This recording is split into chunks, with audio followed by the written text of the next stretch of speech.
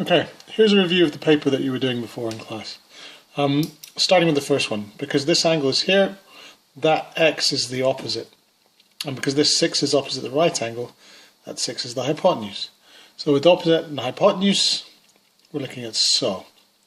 Sine of the angle, in this case 28, equals the opposite, x, over the hypotenuse 6. Because x is on top, all we need to do is multiply that across, and the answer is 6 sine 28, which is somewhere around the 3 mark, just short of 3.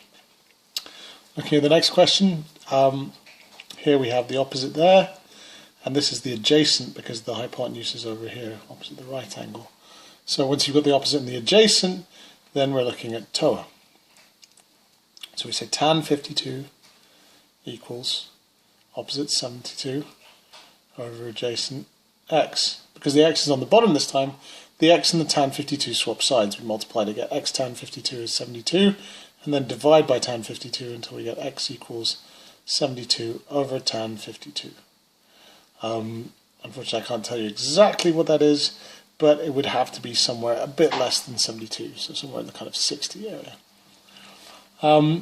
Here we have x, the hypotenuse here, the adjacent here, because the opposite is over there. So that to complete our set, this is cos x equals adjacent 8 over 12 hypotenuse. And so to get the angle, we do shift cos, the inverse cos of 8 over 12.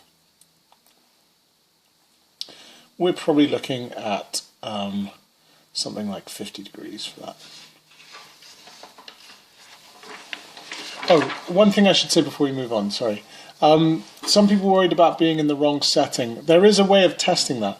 If you type into your calculator sin 90 equals, you should get the answer 1 out. If you don't, then you need to go into deg or D, usually by doing shift mode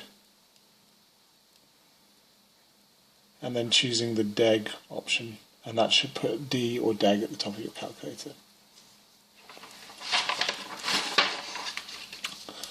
Most people spotted that the first part of this question could be done using Pythagoras, because we know this length and this length, the length from Lagos to Kaduna, is the square root of 440 squared plus 440 squared, because 440 squared plus 140 squared is x squared. So again, can't remember the exact value, but somewhere in the 600s.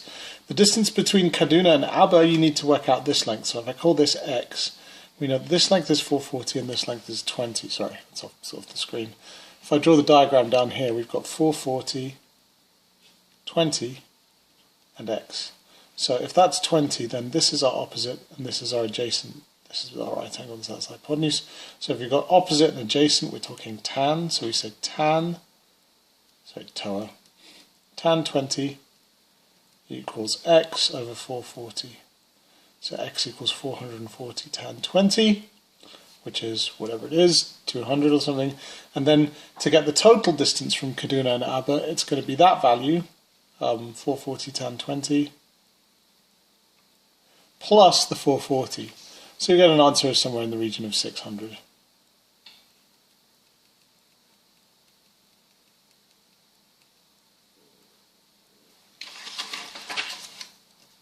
The angle of elevation from the point of horizontal ground. So if you have horizontal ground, the elevation is the angle between the horizontal and where you're looking to, which is the top of the tree.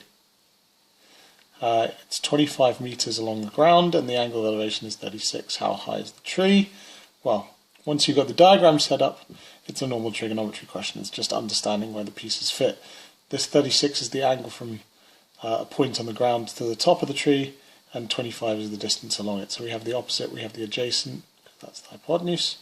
So it's tan 36 equals h over 25. Because h is on top, all we do is multiply across 25 tan 36, and we get an answer of around 20, I suppose. Okay, people found this question difficult. You're looking for the scale factor, so you need to find two corresponding sides that are marked.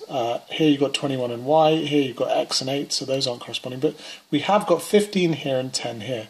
So those two corresponding sides tell us what the scale factor is. You need to work out what you multiply 15 by to get 10, or you can go the other way. and work out what you multiply 10 by to get 15. I think that might be easier.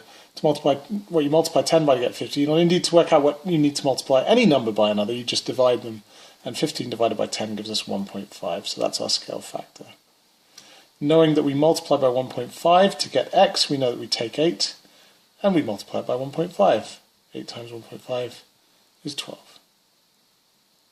Going the other way, if we know that we take y and multiply it by 1.5 to get 21, we divide 21 by 1.5 to get y, and 21 divided by 1.5 is 14. Okay, inequalities with two things on the side. Now, you know how to solve this, right? If you find these difficult, just imagine it's an equal sign and do what you'd normally do. So you want to get all the x's on one side, so we take off an x, we get 3x minus 4 equals 5. We add the 4, we get 3x equals 9, and then divide both sides by 3, we get x equals 3. And then you just replace the equals with whatever symbol you have. So this isn't the way you should do it, I'm just saying if you find it difficult, this is the easiest way to overcome that. So replace the equals with this. And that's our answer, x is less than 3.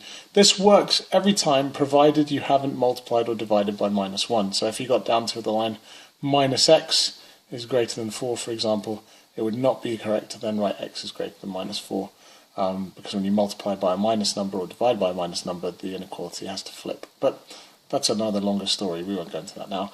All we need to do is mark down what x is less than 3, so we put a circle on 3, and then an arrow going off to the left. Remember that when you're marking less than as opposed to less than and equal to, you leave the circle open, so it's just a white circle with the arrow. If there were a line underneath here, that's when you'd fill it in, but as there isn't, you don't.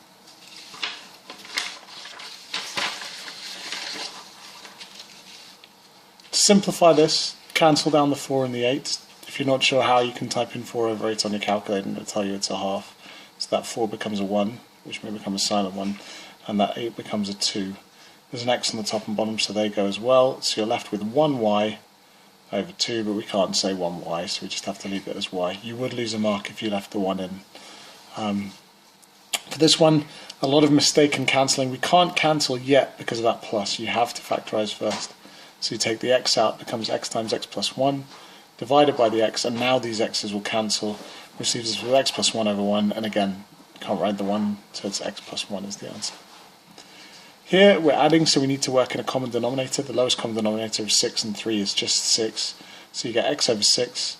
And then if you're converting the second fraction to a denominator of 6, you're multiplying the bottom by 2, which means you need to multiply the top by 2 as well, which gives you 4y. Now we've got two fractions that are... So when we put the two fractions together, x and 4y over 6 just become x plus 4y all over 6. Same with this one, although slightly more confusing denominator. With 3a and 2a, the smallest value, whoops, sorry, the camera's just adjusting. 3a and 2a, the smallest value that they both go into is 6a. We can multiply 3a by 2 to get 6a. We can multiply 2a by 3 to get 6a. And whatever we multiply the denominator by, you multiply the top by. So 4 when you multiply it by 2 becomes 8, and 2a when you multiply it by 3 becomes, sorry, 1 when you multiply it by 3 becomes 3. Then you've got 8 over 6a minus 3 over 6a, and so the answer is just 5 over 6a. Don't get confused into multiplying the two denominators together. Always look for the smallest common denominator. That's going to make the answer easier. Here, 4 and 5, so obviously it's 20. Multiply this by 5, you get 5 lots of x plus 1 over 20. And multiply this one by 4, top and bottom, we get 4 lots of x minus 2. So you get 5x plus 5 and 4x minus 8. But be careful.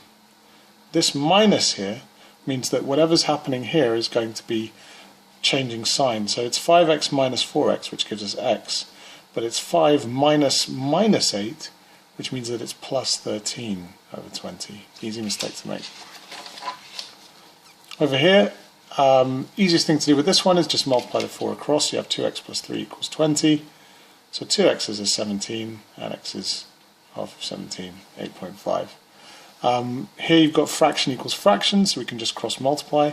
3 lots of x minus 1 equal 4 lots of 2x plus 4.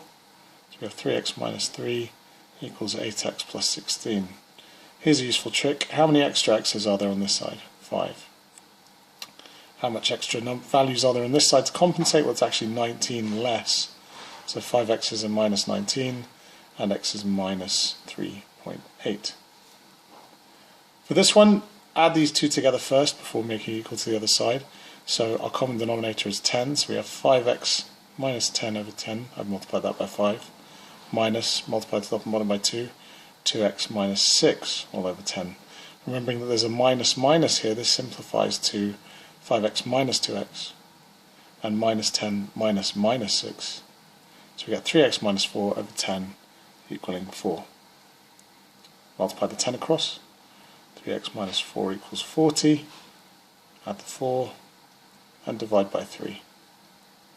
Get 44 over 3, or 14 2/3. Incidentally, this is something I discussed with the student about how to check it. Having got this answer, if you type in on your calculator answer minus 2 over 2 minus answer minus 3 over 5 and press equals, that's one way of checking that you do get 4. Rearrange for A. So we need to get the term containing A by itself, which means we add and subtract to get rid of the others first. M plus B equals AT. Now you can divide by T. And M plus B over T equals A. When you have a square or square root, you have to isolate the square or square root and then unsquare or square root it. So we square both sides because that's isolated. B squared equals A over M. And now we just multiply the M across. So A is M B squared, or B squared M.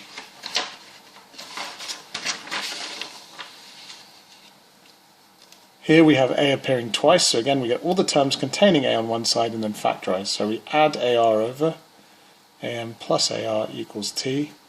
Now we factorize out that M plus R, and then divide it across.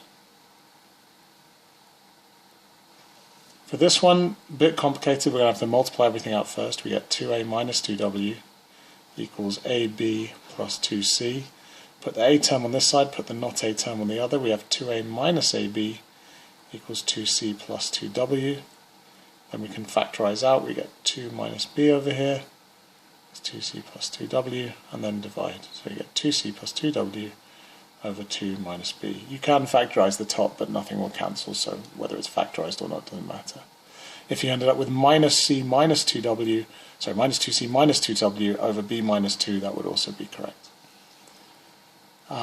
Expand these, you get x times minus 6, 1 times x, and 1 times minus 6. That gives us x squared, x minus 6x, and minus 6. So the answer is x squared minus 5x minus 6. Same process again. 2x times x is 2x squared. 2x times minus 1 is minus 2x. Minus 3 times x is minus 3x. And minus 3 times minus 1 is plus 3, giving us 2x squared minus 5x plus 3. This is the nasty one. X times minus 3, 3 times x, 3 times minus 3 gives us x squared plus 3x minus 9, which is just x squared minus 9. Before we add them, let's work out x plus 3 all squared, which is not x squared plus 9. It's x plus 3 times x plus 3, which gives us x squared plus 3x plus another 3x plus 9, which is x squared plus 6x plus 9. And if you add that to that, we get 2x squared plus 6x minus 9 plus 9 cancel out, and that's the final answer.